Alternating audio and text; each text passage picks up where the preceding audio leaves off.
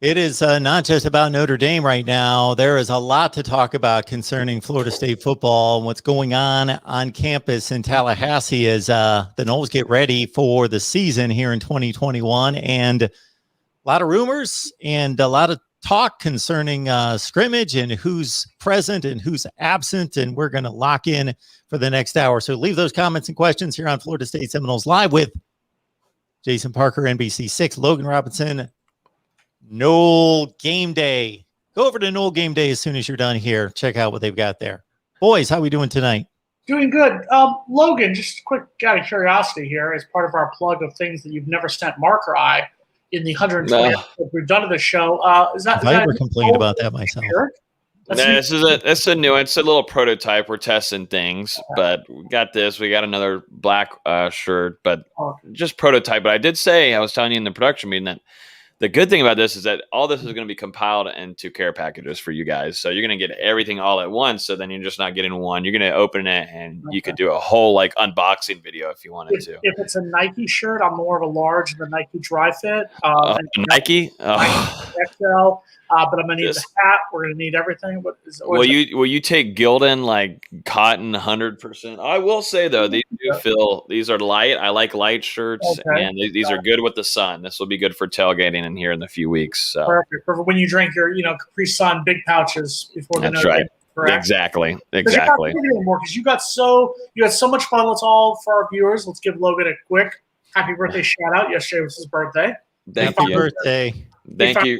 16, so we're finally happy he can drive now. Congratulations, Logan. Thank you very much. I do appreciate that. I finally feel mature. What'd you do on your birthday?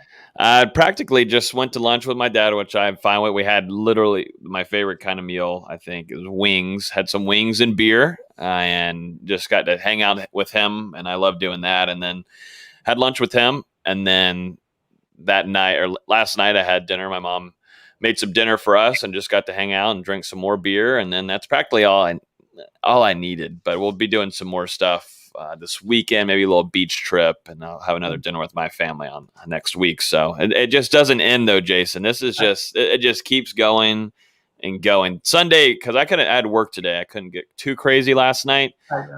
This weekend at the beach, I can confirm that it will get ugly. Make good choices, okay? Good choices only. Because this is kind of like the last little beach trip and everything before we're zoned in. We're dialed in, no distractions. We might have some bar trips here and there, but we're zoned into the football season. We can't have any distractions, Jason. Folks, if you want to make sure to donate to Mark Rogers TV, the voice of college football, we'll take donations, get everything going. But also some of this money will have to go to Logan's bail fund, apparently. After that Notre Dame game, before the Notre Dame game, during the Notre Dame game. At some point, Logan. During it? So we're going to need to bail him out of jail. So if you want to donate to Mark Rogers at any of the convenient ways that Mark will tell you to donate over the course of the next hour. Perfect.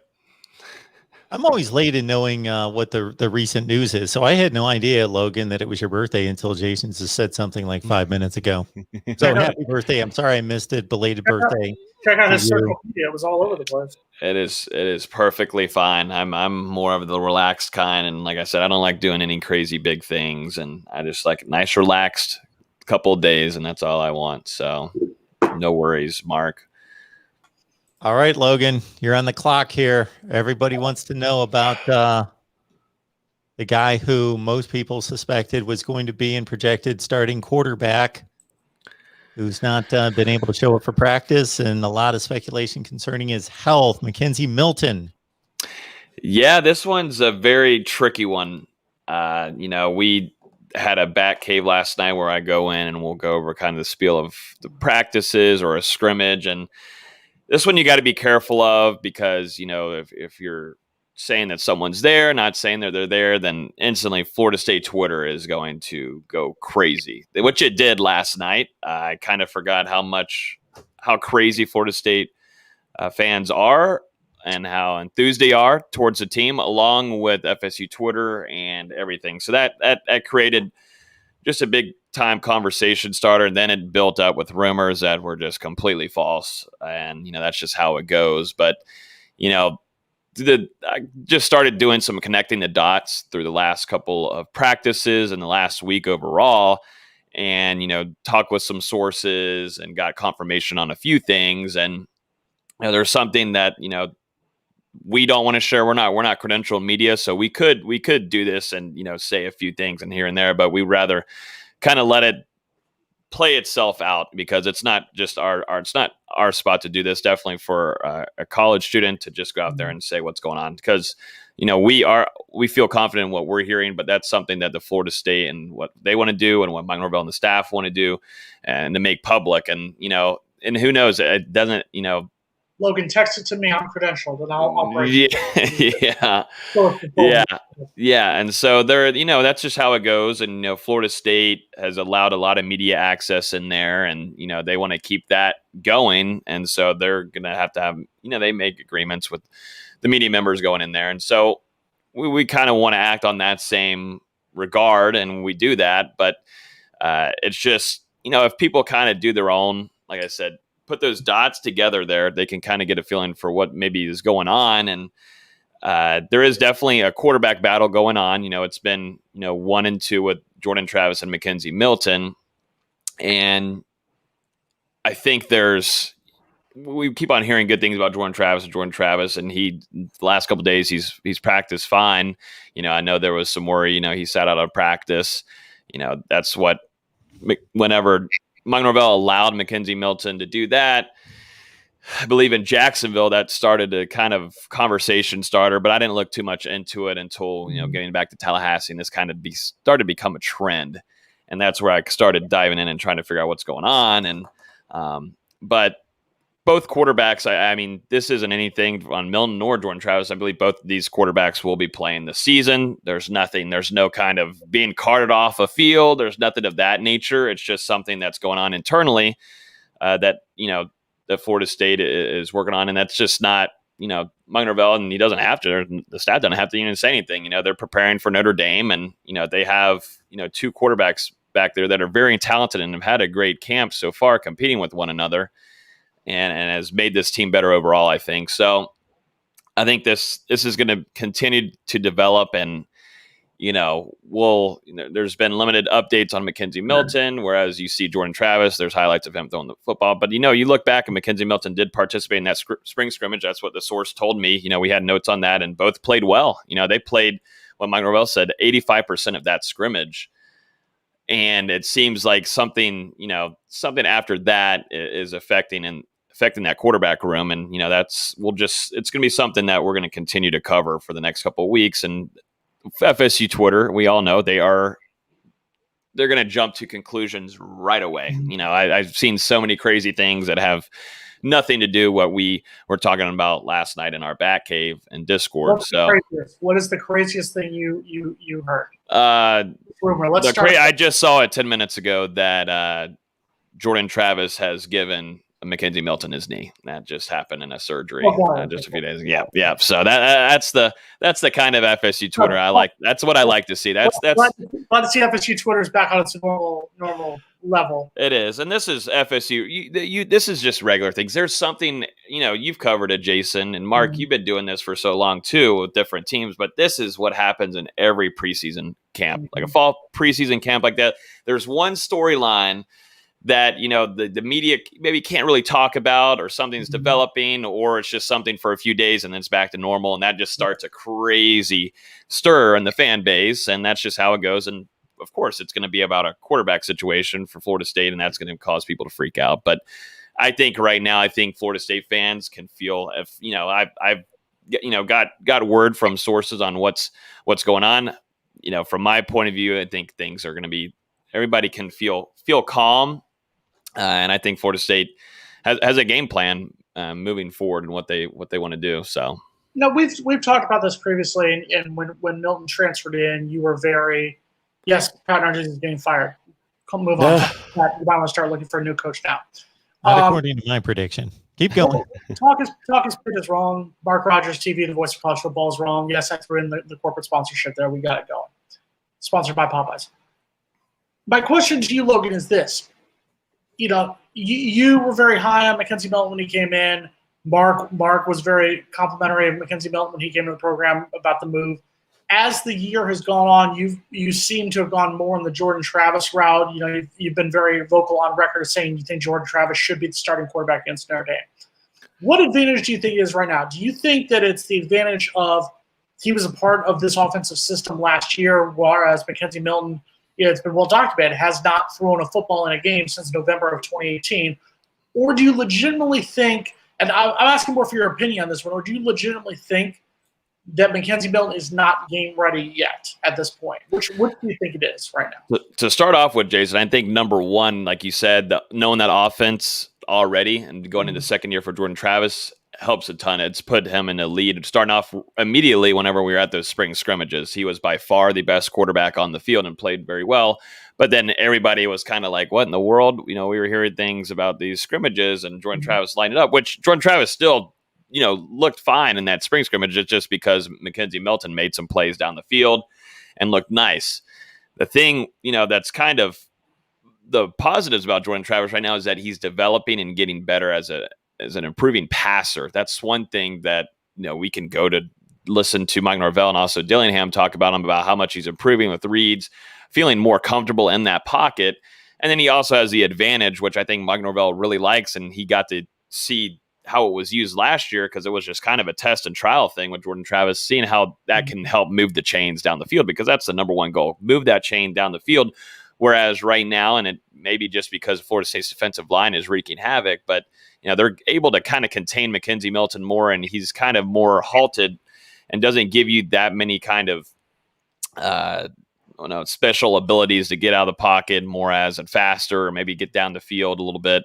But the biggest thing I think so far is going back to Jordan Travis being able to throw the ball and getting better at that, staying consistent. And he has the best chemistry right now on the team as a passer throwing to these targets. And then, it's tough for a quarterback like Mackenzie Milton to come in like this. I mean, we've talked about 30,000 times, but a crazy, insane injury. It's lucky that he's, able to run after that. Not a lot of people can even do that. And for him to come back and then be facing this is still Florida State, face a defense like this. You got Jermaine Johnson, you got Keir Thomas coming off the edge and trying to, work around on that offense. It was, just seeing it in person, there was only maybe 100 people at each of these scrimmages, maybe 200 during the second scrimmage that we were able to see. And, people thought I was completely insane, and I understand, the fan base wants to see Mackenzie Milton. I also want to see Mackenzie Milton. It's a fantastic storyline, but everybody thought I was crazy by saying, Mackenzie Milton, it's not looking so great in the spring, and, giving a lot of respect and a lot of, some promising things hearing about Jordan Travis and seeing him play. People just got on to me like crazy, and, I'm fine with that. I just kind of ride it with it and just keep hearing what I'm hearing. And it's kind of starting to become public now that this is most likely going to be your starter in week 1 against Notre Dame. And it's not a shock to me, but it will be a shock to the rest of the fan base. But it will be. And I've gone on record as saying I think Jordan Travis should be the starter if you're going to go on that, because I think a lot of people don't realize if let's say Mackenzie Milton is the starting quarterback against Notre Dame. Notre Dame's defense is going to come out there, try to rip off his right leg, beat him with his right leg, then sew the right leg back on just so they can rip it off again. Notre Dame is going to do one thing, try to hurt Mackenzie Milton. I think you start Jordan Travis against Notre Dame for a variety of reasons. Number one, he has seen that Notre Dame defense. He saw it last year. He threw for 204 yards and threw for a touchdown. And you could argue that Florida State was in that game for at least the first half. I mean, first half probably opening drive, but the second half, Florida State was in the conversation as, does Florida State have a shot? I don't think any of us thought Florida State would win that game, but they were at least in the conversation. I think Jordan Travis is what you know. I just don't see, and maybe I'm just the eternal pessimist on this one, as some of our viewers have said, I don't see how you have all the hype of Brady and Mackenzie Milton. He's on the preseason magazines. He does all this stuff. The ESPN, the College Game Day stories, all the great stuff of getting him in here, and then he's starting the first game on national TV. He's starting on the bench while watching Jordan Travis in there. I get if it's all about play, it's all about performance and practice, I can get behind that. I just feel like that's what it has to be. I feel like this is going to wait until, I hope we're not waiting until the game day. I hope they make an announcement beforehand, but I just feel like this is going to go well into my birthday celebration September 1st before we know who the quarterback will be. If memory serves me correct, we could rewind the videotape from weeks ago when we did our over-unders, but it appears as though the two guys on the outside of the shot here have a pretty good advantage over the guy in the middle regarding touchdown passes that McKenzie Milton's going to throw this year. Yes, and McKenzie Milton's not the starter, of course. Thank you, Einstein. Of course, yes. You took the over, right? Correct. Now, McKenzie Milton is the starting quarterback. The guy in the middle has a better chance than the two guys on the corners. Maybe. For the record, I am in the Jordan Travis camp for a variety of reasons. I think he's the known product. I think, yes, he was the quarterback for a bad season last year, but I feel like he got the experience needed in the offense. I think McKenzie Milton is probably a better passer. I'm just hesitant about the legs. And if we opened against anyone else, if we opened against Jacksonville State, if we opened up against Wake Forest or something like that, I could get away with it. I feel like you cannot risk that knee against Notre Dame. Yeah, it just hurts the offensive game plan because if you're, let's say, I doubt we'd hear anything this week, early next week. I think what Mike Norvell will do will wait to the last second because guess what? You could do that. You are facing, a top 10 team in your own house. It's going to be a gigantic game. All the emotions. It's going to be an emotional roller coaster. They're going to have the Bobby Bowden thing going on. You've got finally fans are back. Everybody's going to be excited. It's going to be a roller coaster. So you want to do everything you can to win this game. So I don't think he needs to name anybody. But this whole time, though, I think a lot of people have been kind of picturing an offense where you have two guys out there. Whereas right now, I am at the thinking, at least to start off this season, that's kind of it's wavering right now of what you can do with Notre Dame. Mark's already picked Notre Dame. Mark thinks we're going to get run all up and down the field. So. Did he really give a prediction yet? I gave no prediction. I gave absolutely no prediction on this game. Regarding Jordan Travis and McKenzie Milton, I just felt as though the signing was a good risk to take. I still believe it is because of all the positives that he brings outside of being a quarterback. And you took a roll of the dice in regards to whether he was going to be able to come back and be anything close to what he was in 2017 and 18. Recent developments don't look good, but he's still with the team and still competing to a certain extent, and we will see how it plays out. I do know that Jordan Travis needs to be a much better passer than he was last year, and I haven't seen enough of him to see. I've just seen the spring game to know that he's taken those strides to be the kind of passer that he needs to be for this team to be a winning team. I think it's good for real quick there, locker room, number one, that is fantastic. You got you're bringing a winning culture guy in, which this team hasn't seen that. They really have not seen a winning guy come in here like this, like a McKenzie Milton, and helps with the film room, and it helps with the competition that Jordan Travis needs, and not feel a little comfortable. And I'm sure that's, Mike Norvell. I think there was still some, I don't know. I'm not going to state anything on it, whatever, but it's I think McKenzie Milton has been a great addition to FSU, but it's just a thing that, overall in that quarterback room, we'll keep an eye on. If you use the words UCF and national champions, I was going to figure out some way. No, God, no. Mark is in charge of this, but I was going to figure out some way to take control. I can't go up. No, I get it. I understand you want the best quarterback out there. I just and maybe this is just my communication side here, from the PR aspect, I feel like it's a major PR hit to bring all the pump of McKenzie Milton, and then you start Jordan Travis. That being said, if you're asking my opinion, I would want Jordan Travis right now. The known is better than the greater unknown. And yes, I do agree with Mark. In a perfect world, you get something similar to what McKenzie Milton put on the field in 2017, something similar to what he put on the field in 2018. But for right now, the fact of the matter is you're talking to a guy who hasn't taken a snap in a game in over 2 seasons. I will wear a Pitt jersey on one condition.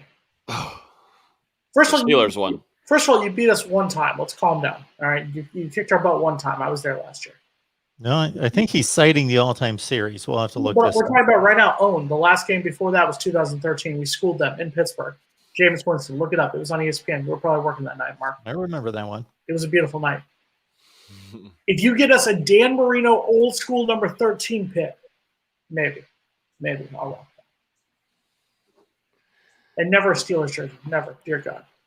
On the note, too, there's still some things from the scrimmage. I know quarterbacks is a big thing, but there's still another good amount of players on this team. Other than that, definitely got to figure out what's going on defense. But another offensive player, though, Jashaun Corbin had a fantastic scrimmage. He played extremely well, from what I heard. It feels like he ended off the season last year nicely and played well against Duke. But the biggest thing with him, it just seems like he's kind of got that extra gear on him that wasn't so great. It wasn't so fantastic last year overall, but he had to break that barrier. And so far, it seems like during this fall camp, along with the scrimmage, he played fantastic. He was the best running back out there, I believe, along with Treshaun Ward. You've also got Toa Philly there, but I still think this team is still the staff is still looking to look at DJ Williams kind of as your big guy, and he's going to be your short yardage guy, maybe in the red zone too, trying to get 3rd and 1s, 3rd and 2 kind of situations. Still trying to get him trimmed down. He has trimmed down quite a bit, but there's a lot to like out of Jashaun Corbin so far in that running back room. I do think too, he might be maybe tired of hearing about Treshaun Ward because he was the guy during the spring that impressed me like crazy. Those couple months, and then definitely seeing him in person, and now going into fall camp, he's playing well too. Some people say he's the most talented guy in that room. So I think Jashaun Corbin, has a little, got him on his heels a little bit, and is using that as a competitive edge and getting better and better. So that's a good sign that Jashaun Corbin is looking good. Yeah. Rashad, your logo's disgusting. Fresh 3542. Fresh 3542 has a crush on Logan. Logan, would you like to respond? I haven't seen Fresh in here in a little while, but it's good to hear from you, Fresh. And not having an avatar on here stinks. We got to have some kind of picture. What about the defensive side of the ball? We've talked a lot about the offensive weapons. We know on offense, defense was a major problem last season. Yeah. We're talking about this is a defense that gave up 52 to Miami, gave up 40 plus to Notre Dame. It was giving up points left and right. Gave up 35 to Duke for all teams. Gave up 41 to a god awful Pitt team. So what's going on with the defensive side of the ball? Where are you seeing improvements? What have we seen over the course of the past couple of scrimmages on the defensive side of the ball? One thing to note, Travis Jay has moved down to corner a few times. He's going mixing there and back. Talked with the source today. It's not solidified that he'll be, starting at a corner position. Sorry, I think my thing just went out there, guys. Starting at a corner position or not, he's kind of going hybrid there and back. So we'll see. That's a fun thing to look at because, he played that at Madison County very well. A very physical guy on the line too. So we'll keep an eye on that. But overall, I think the defensive line just continues to be a menace for this offensive line and really causing havoc for both quarterbacks, Jordan Travis and Mackenzie Milton. And you look at Keir Thomas, we didn't get to see him during the spring. So now that this guy is playing very well in the scrimmage along with during the camp so far, it's been a nice addition for FSU. Very nice addition. Smart transfer there. And then Jermaine Johnson is Jermaine Johnson, and he's just making plays there and back. Turnover machine. That's the best thing about it. You've got guys on the interior like a Dennis Briggs, who I was really high on last season before coming in. And, he sat out, or I don't like saying sat out, but took time off because of COVID to take care of family and came back in great shape and played well too. You got Dennis Briggs there. You got Robert Cooper and Fabian Lovett. That defensive line, at least that first kind of tier guys, those guys are just taking care of business right there. So there's a lot of positives, I think, more on that defensive line and a little bit more question marks on the linebackers and where you're going to be putting those DBs at. Who's going to fit perfectly? I'm not worried too much about Jeremy Robinson, but who's going to be the next starting safety? You've got guys with experience, Renardo Green, you've got Brendan Gant. The safeties, just who's going to be fitting where the best and whatever kind of packages you're using. But really, linebacker wise, this is a big year for that linebacker room. You've got Lundy, you've got Steven Dix Jr. There are still some things that I think, in coverage that need to be worked on from what I've been told. You're still kind of early in camp, but, whenever you head into next week, those kind of things, you're hoping to, you polish on, understand those reads, understand who you're picking up on a route. It's something this linebacker room can continue to get better at. Lundy, though, from the last couple of days, from what I've heard, he's been kind of a little. He's been on it. He's been playing well, and he's a big dude, physical, but he's playing mentally smarter than some of the other linebackers with him, which is a great sign. Smarter than the younger guys. So, and to note real quick too, we're just going to drop some scoop and nugget. Emmett Rice should be expecting Emmett Rice soonish. Per source, we'll see how long that takes for him to be back, but that is a pivotal guy. That is a veteran that you want to have back. He finished off the season very well last year. Look to kind of get off those breaks and get off all that crap that he was kind of dealing with, and played very well to finish off the season. And so it would be a big positive sign for Florida State's defense to have him back. That is a really good running game defensive linebacker, and you want to have him back in there. And just overall as a veteran, you want to be there, because right now it's a little long. I know you have Gainer out there, but it's a little. You have Deloach too, and he's also been impressing. I'm not too sold on him yet, but there's still some work to be done, I think, in linebacker more than anything. Last question, so that Mark can jump back in here. What about Keir Thomas? Keir Thomas, we talked about him a lot, obviously from South Florida, then went up to South Carolina. Is he going to crack the starting lineup against Notre Dame? I think Keir Thomas will be out there between him, and then you'll have Derek McLendon right on his heels right there. I think McLendon has had a great camp too, and fantastic spring. Mm-hmm. So, we talk about that first-year defensive line. I'm also throwing. Oh, man. We're on the edge of our seats. We're suspended here. Just waiting for Logan to deliver here. All right. Well, while we wait for Logan to realize that he's not here with us and comes back, Rob Krause, yes, sir. Jason, I believe, makes a good point here. Because let's say if you're Mike Norvell and coaching staff, and you see the pluses and minuses from each quarterback, and you determine, okay, what they're going to give us is different, but it's going to come out about the same, then why not play Jordan Travis, since he's got the extra year in 2022 and could improve even more. He's got more upside from the standpoint of he's just got more development in front of him. And hopefully you bridge to a better football team in 2023, and you're ready to hopefully hand it over to AJ Duffy at that point. I agree. Yes and no. I'll say this much.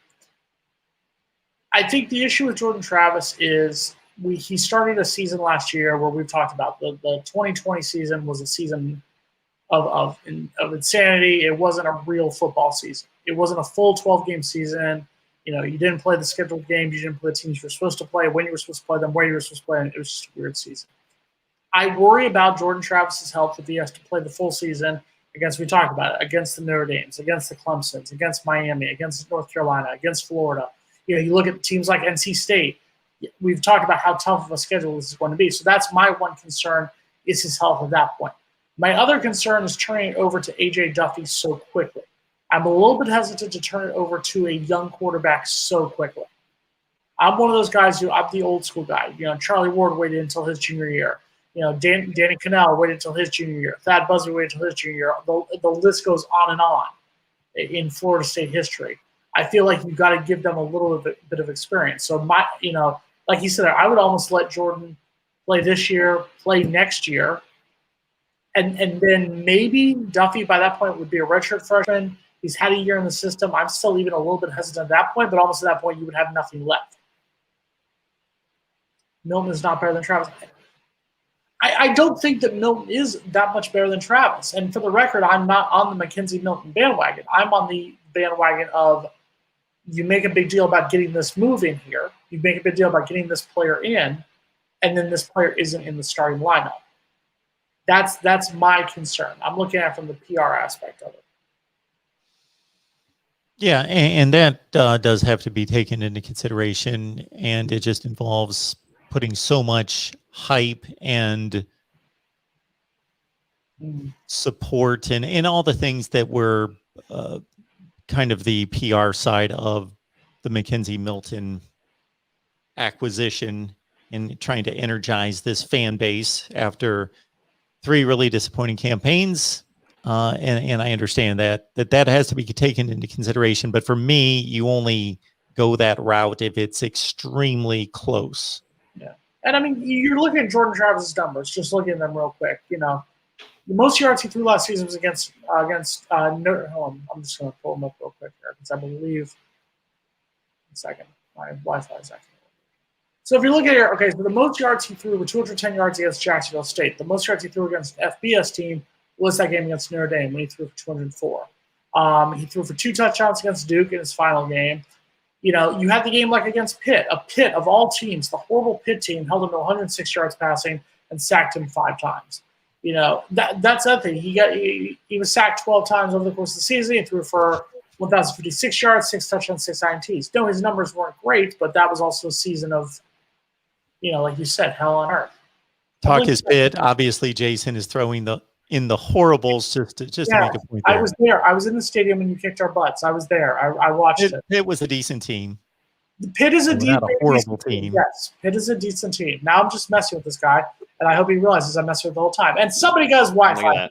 There we go. Look at that. I know. They try to kick me off, and I don't know who's doing it. All that. I don't know what happened. Comcast tried to get me out of here. Well, on behalf of Comcast employees, you're welcome.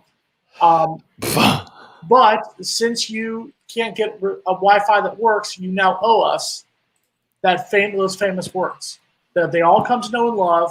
It's, ladies and gentlemen, it's the birthday edition of why you should hit the like button. Should hit the like button because we're getting where the scoop is dropping, the latest on scrimmages and also practices. I mean, we're just jumping full into fall camp. This is why it's so much fun to go through this. The off season, we're doing, trying to do projections. We're doing top 5s of who's got the best toilets in each stadium and all this kind of stuff. We're over all that kind of crap. We're here to talk about actual playing, who's impressing, what's going on in practice. Hit that like button, hit the subscribe button. We're here every week Wednesday, and we're getting closer and closer and closer. We're now in the teens, 18 days until Florida State takes the field on Bobby Bowden Field. And we all know the answer is Section 27. It's the best. It's phenomenal. That might be 32. Yeah, I think I'm. You've thrown up in there. That's fine. Never have. I can't drink that much before a game. I'll drink a lot way before, but can't do it too much. I have never actually had an alcoholic beverage before a football game. Oh, well, I can't say I'm in that boat. No. Mark, you on this one? Well, Willie Taggart was our coach here, Jason. Before a football game? Probably, maybe at some point. I never have. Even in college, never did. I'm sure at some point. Where was I going? You guys have been talking so long that I've lost track of the 18 things I was going to say. Waiting for Jason. You were saying Keir Thomas whenever I was. Keir Thomas, and you were saying he's going to be the starting lineup. So once again, the 305 shots. There we go. Yep, starter should be, unless something goes crazy. Folks, you're seeing the inner workings here. Logan's looking for something to talk about. Mark's trying to remember what he said. I'm trying to figure out the fan base to piss off next. This is what goes on here. I am lost as we lose viewers. The one thing though was that we were here on time. So if everybody recalls, for a number of weeks now, I've said we will be on time, and everybody needs to go out there and get at least one other person in here. So that means we automatically double our audience next week. Because everybody's going to get at least one other person, if not more. And yet we still started late because we were sitting there BSing with each other off camera. No, we did not. At 6:01. I'm just saying. Next week, folks, Logan will be here on time. Hopefully, James Coleman's Wi-Fi will work, and we will get him here. And I will obviously be here 10 minutes before because I always show up early to the party. We will start this right at 6 o'clock. Thank you, John. Eternal contrarian. I like it. Solid use of the word contrarian. I like it. I just keep it real and nobody can handle it. It's okay. Oh, man. We had a question coming in about it's lost me now. That was made a long time ago, but I don't know, Logan, if you hit on the linebacker. Somebody wanted to know about. They want to know who the starting linebackers will be. I remember. Yes, starting linebackers. Starting linebackers, I believe to start depends really on Emmett Rice if he is good to go or not. Let's just say Emmett Rice is out there. I think you'll have Emmett Rice, Gaynor, and then it should be Dix Jr. We'll see. It should be Dix Jr. It's going to be kind of a mix of Dix Jr. and Lundy out there. And just really depends on packages too, because I think you'll have Gaynor lined down at the bottom for pass rush and a lot of situational plays, because during the spring we saw him drop that or come down and be in the pass rush quite a bit. So a linebacker room, like I said, I have the biggest question mark there on really how much productivity you're going to get out of them and the plays, because those guys got to make plays this upcoming season and be more in the right spots. It was just kind of all over the place and more understanding the reads and being on those right routes for coverage. So, and guys getting beat too, and that's happened before where you've got, we saw J-Rob have to cover a speedy tight end or even a friggin' wide receiver, which that was in the past, and we're hopefully over that. But the linebacker room is that room is kind of like your centralized system. They got to know the backfield. They got to know right up there in front and kind of be up there to tap their butt and tell them, hey, you got to switch over here, this gap and all that kind of stuff. So it's definitely more of the brain, I think, of the defense. But really, I'd like to see a veteran Emmett Rice back, because he's got to be back. And we'll see. Maybe it's next week or it might be the week before the season starts. I don't know. And that really depends if Norvell feels comfortable with throwing him out there against Notre Dame. And, we've seen it before where, Dennis Briggs came back and he came back in good shape and he was thrown out there and then the first week he came back. So, Do you see any similarities, and we're talking about this at work, do you see any similarities between Emmett Rice and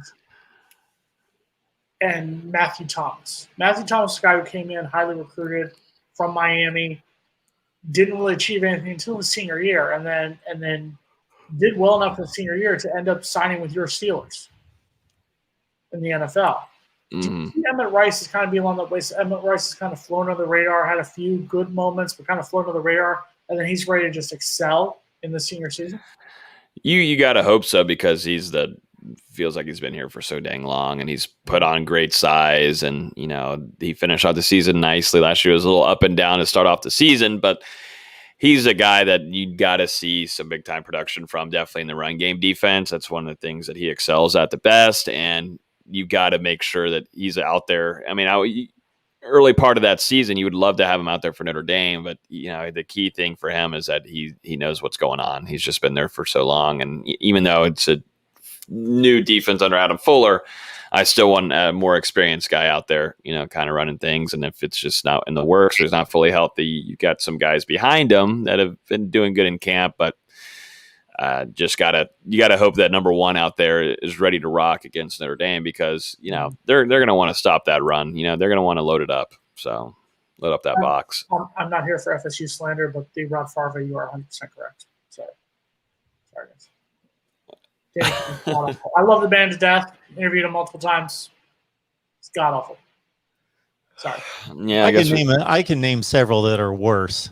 Oh no, he's not the worst, but he's arguably in the top. He's in the top 5. I don't know about that. I think there are a number of people out there. I'll start with Desmond Howard. Worse. Whoa. Yeah. Of course, MarkRogersTV. No, not just because he went to Michigan. That has nothing to do with it. Well, yeah, here's connection that you make that makes no sense. Here's his top 5. Desmond Howard, Brian Greasy. Who else? Brian Greasy's really good. Oh, he gave Brian Greasy's excellent. See, you don't know what you're talking about. Apparently not. He's also because his dad was doing broadcasting. Right. Brian Greasy, I think, is one of the best. TFJ Boxing, thank you so much for the Super Chat contribution. TFJ's got nothing to say, but except for the support says volumes. So thank you for that. He wants Logan to get bailed out of the Leon County jail. That's what he wants. Jeez, you're thinking that I just could go to jail all the time. Did you have like problems with that in college, I Jason? never got arrested. No. I never got arrested because I wasn't stupid enough to get in trouble. I haven't gotten in trouble yet, and this is my last semester. You have connections. You want me to? You want me to get in trouble? I promise you, if you get arrested during one of the 3 games I'm up there, I will make sure you get bailed out. Okay, thank you. Good. I'm gonna make it a high price. Then I'm gonna do something good. No. I'd bail you out. I said I'd make sure you get bailed out. No, yeah. Oh gosh. Wow. Now, Notre Dame obviously named their starting quarterback. They did. That's a good. They did name their starting quarterback. Logan, what are your thoughts? I believe he's a new guy to their program, much like we've talked about in the past. Yeah, I think. It's another Wisconsin quarterback. It's nothing going to be too fantastic. I think maybe just a tad bit better than Hornibrook, but I think it's going to be pretty simple for Brian Kelly. You don't have to be crazy. It's kind of like how he was with Ian Buck. Wasn't expecting crazy much from him, but they're going to focus on running the ball, and he's going to try to make some short throws here and there, and maybe make some explosive plays. But it's really going to be simple. Got to get after him. Make him feel really uneasy. This is not any other place that he's played before. This is going to be in a jam-packed 80,000 in the stadium, and they're gonna. I mean, that's the thing. I mean, if the defense is able to pressure early on him, I think it's gonna help quite a bit, and that's where you're gonna get your takeaways. This team has a big advantage of being in the right spots to take advantage of having the chances of getting turnovers, but it just kind of. They weren't executed fully last season. They had chances there, but didn't fall through. But I think this quarterback, there's a chance for this defense to really rile them up, at least for this like we talked about earlier with the front defensive line here. And I think they're going to send some interesting blitz packages on them, because it's not just only Gainer that you can add over there. I mean, you've got Travis J, who we've seen has been getting a little bit of corner time, but throw a blitz with Travis J there, knock him a little bit, give him something to think about in that first quarter, and definitely when he was going into halftime, saying, "Hey, I need some more help here, blocking wise. We got to figure out add on more side to the left side." That's going to be the key there. I mean, that's how it is for any game, but this one in particular, first game of the season, inside Doak Campbell, 8:00 at night, a riled up fan base too. Haven't been here in a year. It's going to be rocking for them, and you got to make it feel like hell for them. That first quarter. See, I would be surprised if Jack Cohn is phased in any way, just because he's got 1 full year of experience at Wisconsin. He played extremely well. Yeah, he was supported by possibly the best running game in the nation. He's a good quarterback. He's a capable quarterback. He had a 19-5 TD to pick ratio, threw for 70%. So if he's set up with a big running game, and they do have a big running game at Notre Dame and a top line offensive line, he's started a Rose Bowl. He started in Columbus against Ohio State in front of 110,000 people. He's played in a lot of big games. That's just Columbus. 80,000 plus 30. Another 30,000 in the stadium. It wasn't at night, but I don't think he's going to be fazed by the situation. I think he'd be overwhelmed by the game. He's not a great quarterback. He's capable. He's capable. He's a top 25 or 30 quarterback in the nation. He's something in that range. Mark, can you stop talking so I can compliment you? I'm going to pay you a compliment, Mark. I have said the first thing I've said the entire show. It is true. Mark, Jason puts like a 10-second limit on any comment I can make, and then I've talked too much. Mark, you are 100% correct. I think that Brian Kelly made the decision. I think you're both right. I think he's not phased. He's not going to be phased by the situation. He's not the quarterback who's going to screw up and try to do too much. I think he's going to come in, just try to, dink and dunk down the field and just be the facilitator. Here's my question for you, Logan. And Mark, I also want to ask you this question. Now, obviously, this question is going to be for entertainment purposes only. If you have a gambling addiction, call 1-800-ADMIT-IT and everything. For this game, which, by the way, Logan, it kicks off at 7:30, not 8 o'clock. Please don't show up a half an hour late. Whoa! Now 8 o'clock, commercials, everything. We're gonna be rocking today. We're gonna make sure this is. We don't have to. We get to sleep in on Monday. The game starts at 7:30. I have to drive back to Miami. Here's my question for you both of you. The last line prediction I've seen in the game has Notre Dame coming in about an 8.5 point favorite. Too high, too low. I feel like Florida State and the eternal pessimist tag will come back here on this one. I feel like Florida State's getting way too much love because I think Notre Dame will probably beat us by more than 8 points. Logan, too high, too low, 8.5. Mark? I'm pretty comfortable with the line, but if somebody held a gun to my head, I'd say it's too low. But I don't think it's if I had to make a decision right this second, I'm taking Notre Dame to cover. But road game Sunday night, that there is something, regardless of your experience, like Logan was saying, to rabid crowd, fired up, can't wait to see football, just big time night atmosphere. There is something to that. I'm just pointing out that he's played in similar environments, but to my recollection, not at night. But it's more than a touchdown. Bovada just, I was thinking, I think it did drop. Bovada just dropped it down to 7.5 now. So it's trending down slowly but surely. But I'm wondering what that comes from. Is that from the naming? It was recently changed whenever the naming of the quarterback for Notre Dame came out. I don't know what's really affecting with it. It's really teetering. Will it teeter now with this whole the quarterback thing going on right now for FSU? I don't know. I think it's definitely, if it was me right off the bat, I think it's just that's a little too nice for FSU. Yeah. I think mainly they're going off of it being a season opener, and they feel like maybe Norvell's a different coach than maybe what we had before, and I just don't think it's just too nice in favor, in my opinion, for FSU. But is it a compliment towards Florida State that they think Florida State's going to be a better team, or is it more of a shot at Notre Dame saying here's a lot of what Notre Dame lost from last year's playoff team? It must be a compliment to Florida State because the pollsters are ranking Notre Dame in the top 10. And I know that that's not Vegas necessarily, but I think they're fairly much in line. They did give Notre Dame I think a 9.5 over under win total. So they're expecting them to go 9-3, 10-2. Mm-hmm. I think they do better. We'll talk about that on September 1st. But Keith Rooney needs to watch some Wisconsin football.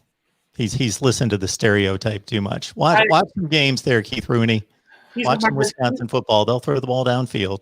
He's remembering the Alex Hornibrook years from his one season at Florida State. That's what I think is. He threw for 300 against Miami in the Orange Bowl. He was gunning it downfield too. Yeah, that wasn't with Florida State, so that we don't talk about those. Yes, I agree with you. I think it's more of I don't want to use the word insult, but more of a shot at Notre Dame, a little bit more than the compliments towards Florida State. I feel like, you could say Notre Dame's going to win 9 games, for example, but to say you're going to sit there and say Notre Dame, a playoff team, is legitimately at this point slightly more than only a touchdown favorite over a team that went 3-6 last season. And one of those 3 wins was a comeback win over Jacksonville State. Not trying to defend my alma mater, but I just feel like Florida State is getting way too much love in that opener. I think Florida State loses that game by 10 to 14 points. At this point, I feel like it's got to be, I hate to use the term moral victory, but we have to play for that positive step forward. Mm-hmm. Or we just beat them and just shock the world. Which, if you beat them, Logan, will you rush the field? No, not rush the field. No, I will. I'll make sure all of our socials have been posted. I'll make sure that whatever we got to do NG wise is taken care of as a professional. Everything's wrapped. I'm texting family members. I'm telling them, talk to y'all later. Everything's done. I put my phone away because I know it's just I'm going to be ready to be off that thing.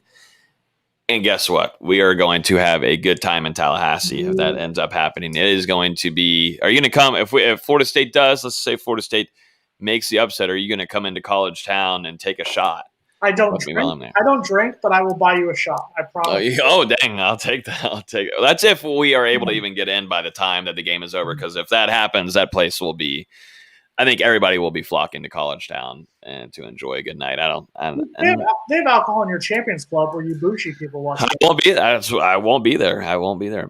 Parents will be. They'll be enjoying my uncles coming in town. They'll be up there. I'll be back in my regular seats. I keep telling them section 32, and we'll be enjoying a good time. That's my favorite place to sit right there. Be in the stands a little bit, and get the whole feeling of being in the stands. You come over to section 27. I'll get you a shot of Coca-Cola or something. No, yeah. Now, see, I can't. That's one thing. Definitely, I don't know what it is. Like before any kind of games or whatever, I'm terrible about eating. I don't know if some other people in the comments are the same, but it's when games like this, my stomach just kind of starts. It's like an excited feeling, because I love the whole just atmosphere of a football game and the season starting. It's not even just like about FSU in particular, but just a big game. I can't eat fully. I'll do it a couple of hours and hours ahead. But breakfast Sunday morning will be at Jim and Milt's. Jim and Milt's will be happening for breakfast. Good idea. Lunchtime, a little pregame meal, probably around 2:00 as I'm watching FAMU Jackson State in the Orange Blossom Classic being played down here in Miami. I will probably be at Momo's, get a little slice of pizza action going on there, and then walk over to the stadium. Son, that's how we do it. That is how we do it.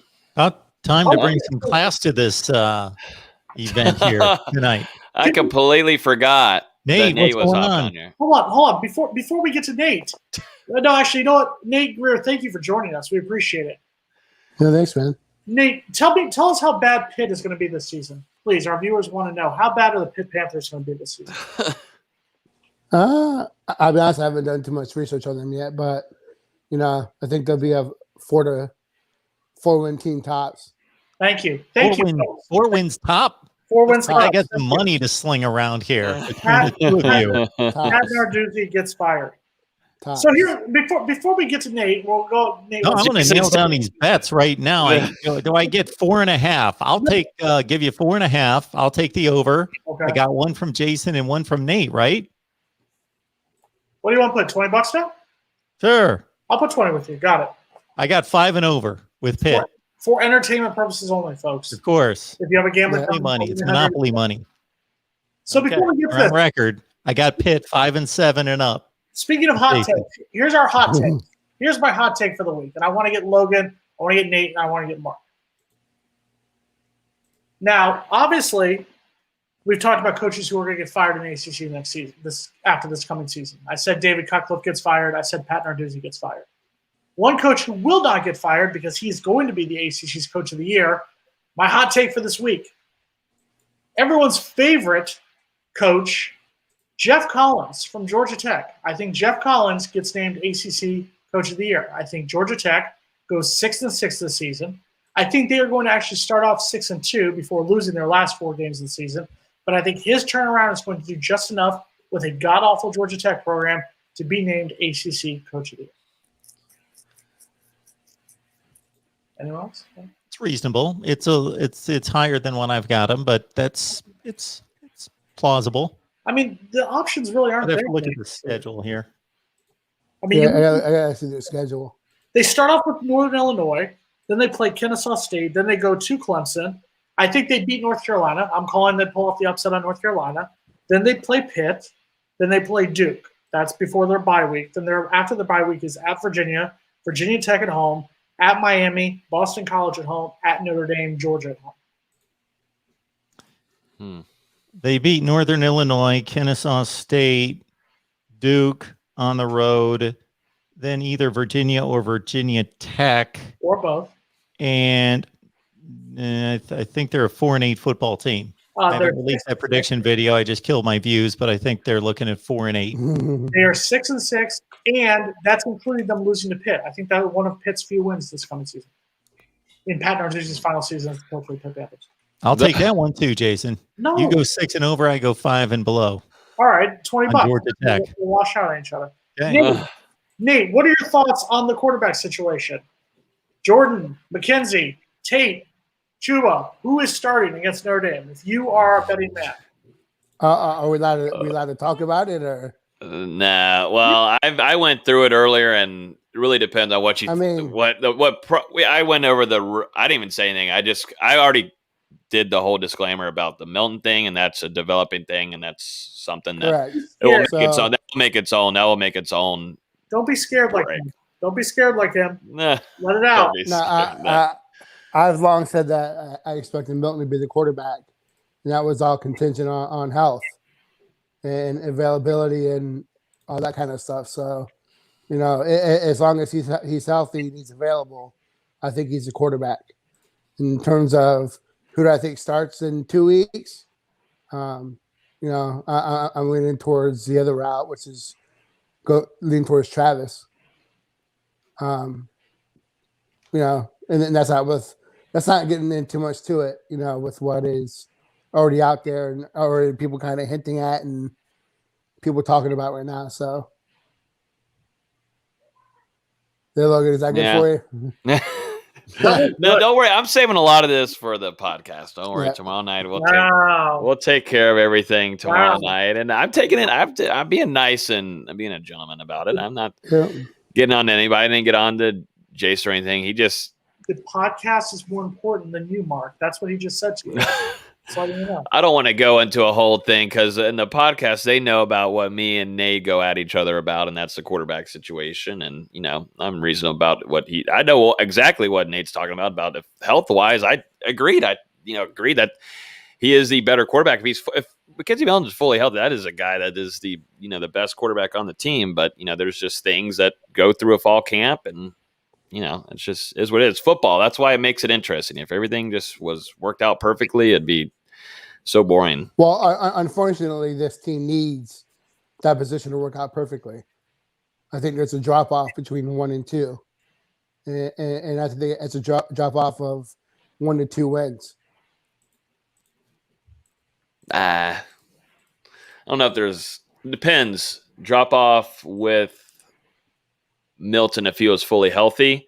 Let's say fully healthy and like nothing's affecting him whatsoever. Pocket awareness, he's able to move around. Mm-hmm. Like there's just you're saying there's a gigantic, in your opinion, margin between Jordan Travis and Mackenzie Milton. In terms of what the offense needs, yes. Getting the ball Based down on the what field I on a saw last consistent season, I'm basis. right there with Nate. I'll say 2 wins.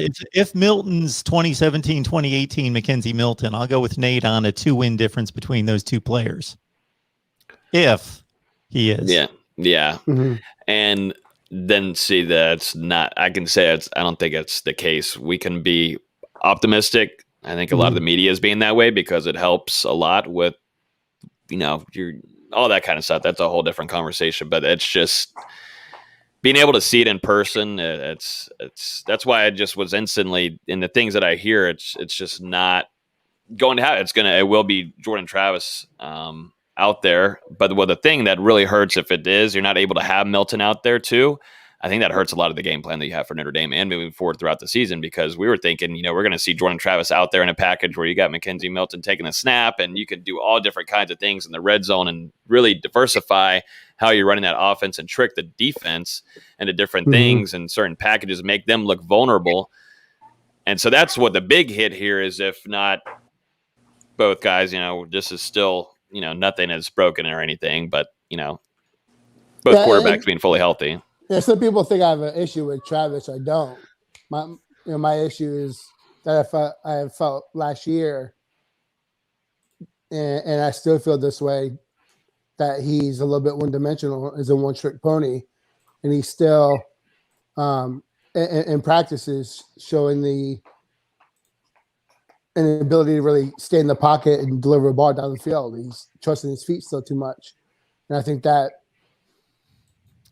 caused a little bit of a hindrance on the consistency of the offense last year, and that's my main issue with him. Is I don't think he's there yet in terms of Milton is in terms of getting the ball down the field. That's just how I feel. So you think there's a 2-win difference. So if you think, what do you think the win total is with Jordan Travis? What do you think the win total is with Mackenzie Milton this coming season? I think that if FSU could have pushed out 7-5. Yeah.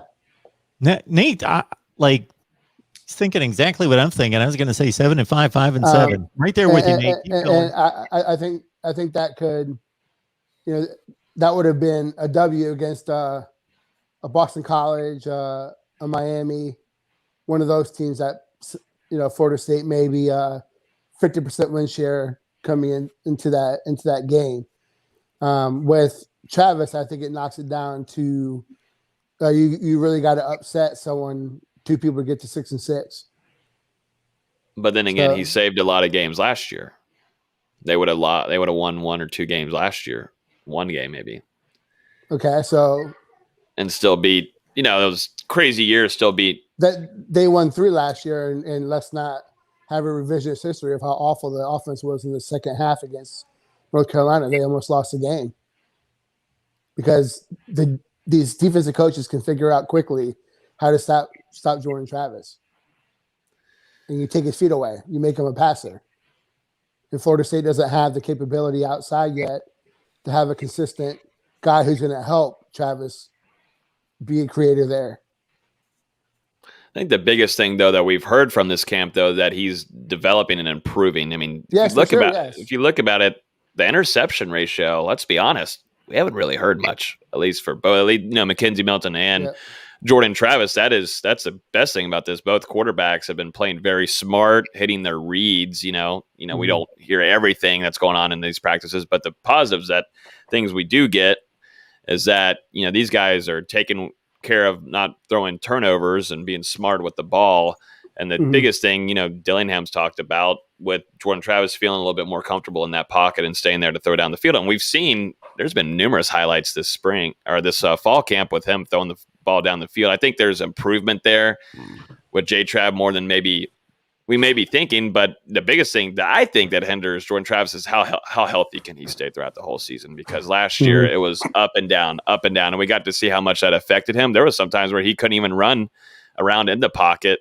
His hand would be injured too, so that affected him with throwing the ball, handoffs, and everything like that. That's my kind of, I still want to see him get better as a passer, but health-wise, how long can he also stay? Because you look back now down below, and with the news, or not news, but the things developing now, in the quarterback room, who's number 2, who's number 3, Chubba Purdy, I think we know the answer to that. I mean 12. Yeah. But I don't know, man. I think there's a lot of unanswered questions with Travis at quarterback. This team is, they have a decent first 30, 35 players. Then after that, man, they have a drop off. So this team has to stay healthy this year, and any injury is going to make this win total anywhere from, I think, 4 to 7, and that just depends on what happens with the injury bug.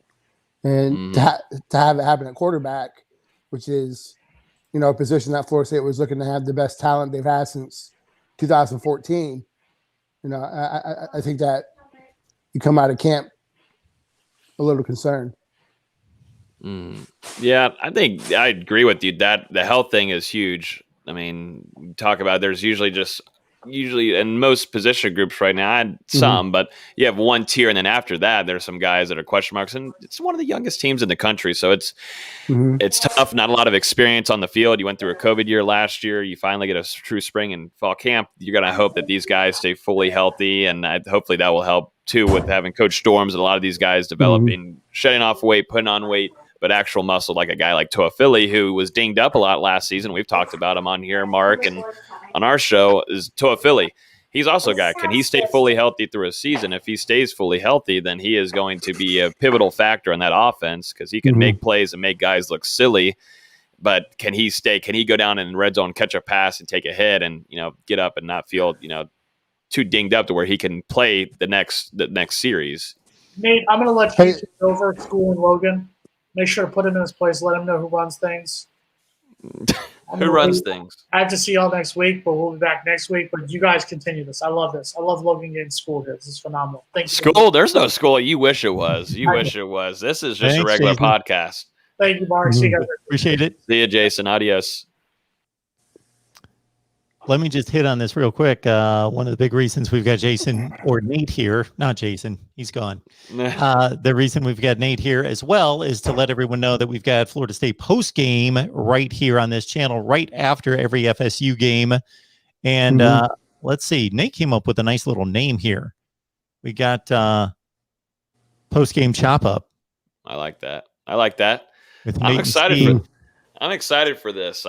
I was already about it. I was telling Mark, Nate, I didn't know his availability and everything, but I think it'd be a perfect kind of tandem to be able to do a post game like that. And, FSU is going to be all over this. And, there's also some other outlets that are going to be doing the same. So I hope y'all rock it out. And hopefully some of these games, like the away games, I hope that I can join in too. If I'm invited to be able to jump in here too. And whoa. Yeah. I'm out of the decision, Logan. It's not my deal. What? Yeah.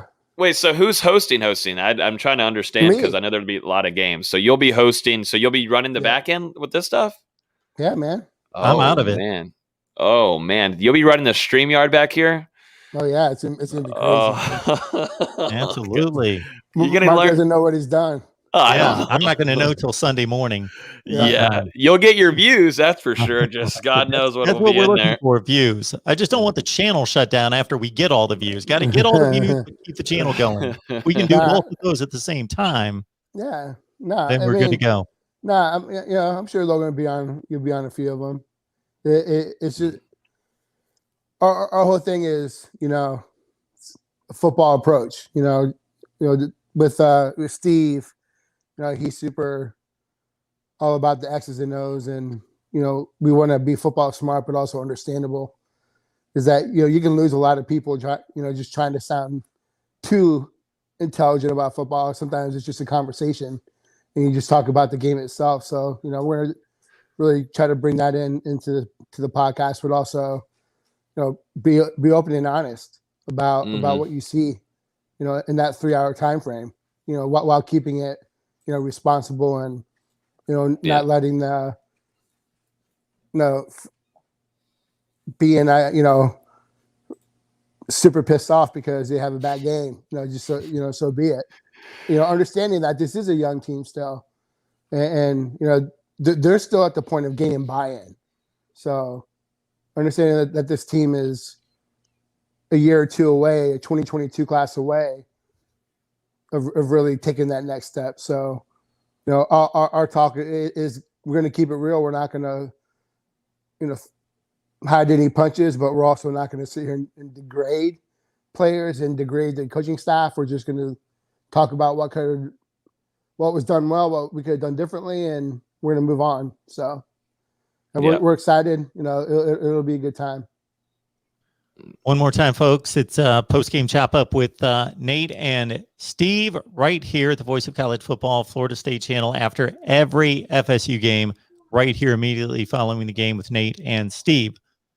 One thing I want to hit, Logan, I want to hit Nate with one football thing before we wrap it up, and you can certainly, I want Logan to let everybody know what's going on at Knoll Game Day. Jaleel Skinner, obviously a huge 4-star target, had made his announcement that October 9th is going to be his day to commit and make that announcement. How do you feel about where he stands right now? You can go first, Logan. Oh, I'll let you go, Nate, first. I mean, the biggest thing for him right now, we have it in the chat right now, all these Miami fans and everything like that. I believe at one point, Nate, we talked about it, that Florida was, they were pushing hard after him, but they're not. Florida State has a different plan than they do. And of course, it's Dan Mullen there. He's on a big time roll there with his recruiting. That's another story for another day, but I'm joking. That's sarcasm. But, Jaleel Skinner to them is something different. So, Florida State, I think, is in a great position. Nate can talk more on it, but, he's got relationships there. He's played on the same 7-on-7 team with the best player in the country with Travis Hunter.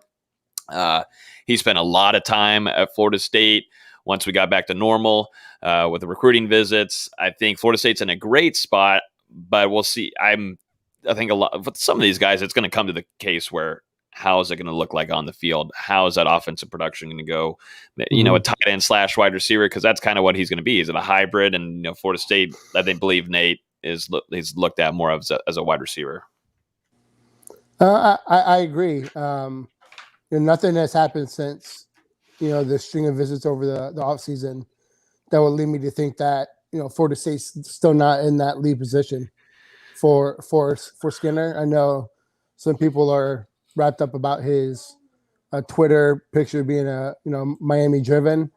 Who cares? What it comes down to is, I think Florida State's done the best job building the relationships with him, showing him what they can do with him in the offense. And, Skinner is a big-bodied pass catcher. He's going to be a guy he's going to be in and out. So I don't see him as a wide receiver. I don't see him as a tight end. I don't think he's got the body to be a Jordan Wilson, where he's a 6'5", 260. I think he's going to be a 6'4", 230-pound guy, which is something that Florida State wants in this offense. So nothing has changed my belief that Florida State won't land his commitment when he makes his decision in October. Good stuff, as always. Nate, we appreciate you stopping by to pump up the show and give us a little football knowledge at the same time. Yeah, make sure y'all listen. It's going to be about an hour post game, and then we'll probably do a quick pregame every week. So we'll got to follow the socials. We'll get it out there, and hopefully we'll get your feedback and let us know what you guys think. But it should be a good time. And we'll really limit Logan so you don't get overexposed. Yeah, exactly. Who said I'm able to have you on my schedule, Nate? I might, after Thursday nights, I'm here with Mark and everything. I got to start cutting down the stuff here. We've got things to do. I know. You're just so busy, man. Yeah. Well, someone's got to do it. That's how we do it in the whole game. So that's what we always say. We get on to one another. Someone's just got to have to do it. So, at least Nate's going to step up here and, get that NG brand out there. Someone had to do it. That's it. I told him, pump up NG as much as you want. Just go nuts. Heard. No, it'll be good. And definitely, if I'm all about, I think people sleep on it. I think it's gonna be a new thing. I think people should do it more. But waking up and having already a live video going of a pregame, even if it's 10 a.m. before an 8 o'clock kickoff, I love just kind of waking up and learning about what I'm getting prepared for a game and everything. So I think that's a great idea. And I loved it. I listened to a few last year of someone that did the FSU one, and it was nice waking up, putting that on, get ready, make breakfast, and already have, kind of gets me going a little bit for the game. Very cool. Nole game It's day, here, man. Logan. It's here. What's going on over there? Nothing. I mean, I shouldn't say nothing much. Craziness. The Discord has been absolute insanity the last couple of days. We do our back caves and where we go in and we tell about the nuggets of what's going on, the practices, the scrimmages. We did about an hour long of the scrimmage of what we heard and those sources that we had there. Dustin was also on there with me too. So that's on our Patreon at patreon.com/NoleGameDay. Nate's in there. He does a great job with recruiting along with D-Lou. Austin covers basketball, and Mikey is our new addition on staff with recruiting. So that Patreon, that Discord is going to be the place to be, definitely on game days. We actually go in this while we're in the stands, give you updates through the Bat Cave. So I'm talking to you, telling you who's dressed out, which quarterback is taking first team reps. Discord members will know first. So that's live stuff, and it's only $2.99 a month. So patreon.com/NoleGameDay. And then the show that we're doing, we'll have Lonnie Pryon hopefully on tomorrow night. And then, we'll just keep on rolling. I'm excited for this season and all the coverage that we have planned. There's some exciting stuff in the works. And we keep rolling next Wednesday night at 6 Eastern, Florida State Seminoles Live. It'll be number 121 with Logan Jason. Who knows who else will stop by to talk FSU as we are under 3 weeks to Notre Dame. Nate, appreciate it. Logan, we appreciate you. See everybody next week.